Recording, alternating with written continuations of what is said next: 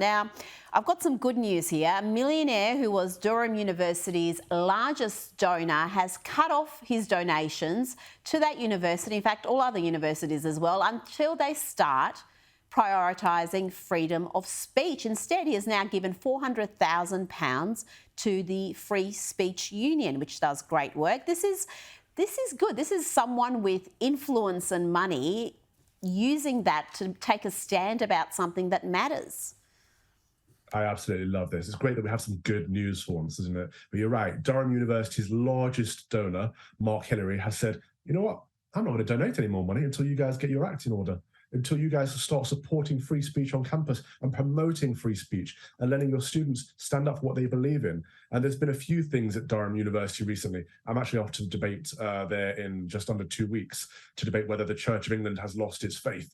But there have been a few events there recently where people have been shut down for having the wrong opinions. Rod Liddell, good friend of mine, great columnist, effectively got chased out with pitchforks. And the person that invited him to speak at the union was indeed kicked out as well and ostracized by the students. So it's the students themselves, as well as the university, that are anti-free speech at the moment. And this large donor said, you know what, all of you need to pick it up, fix up, otherwise I'm not going to donate any more money. I think that's the way to do it, because money speaks.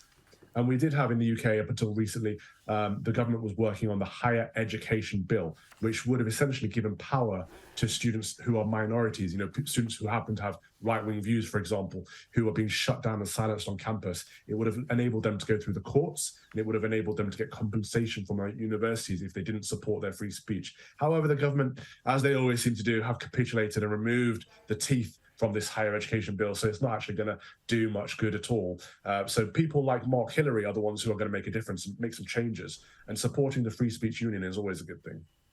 Well, I do wonder if it's going to inspire others to do something similar, because these universities, and we see it in the US in particular, they are just cashed up. They hold all the power, and people keep giving them enormous amounts of money, whether it's annual tuition, whether it's these massive donations that come their way. So there's really not much of an incentive to change their ways and have some sort of academic freedom, have some freedom of speech and freedom of thought on campus. And you worry about the graduates they're producing who are in such an echo chamber where they're not even able to hear opposing views without losing their minds, like you said, running people out of campus with pitchforks.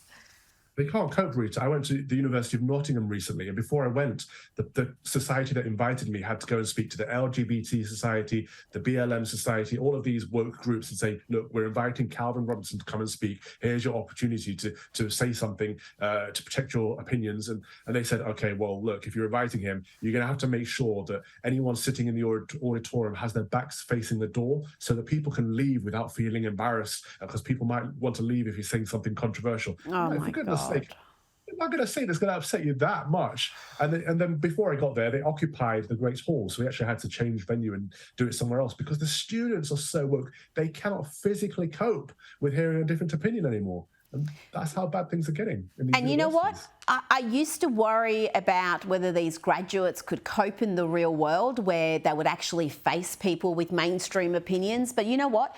The reverse is true. They are going into the corporate sector, and their warped insular view of the world is what's being inflicted on everybody else. So we forget about them having to cope with the real world. We're the ones who are going to have to cope with these brats once they're in the corporate sector and running everything, as they increasingly are now.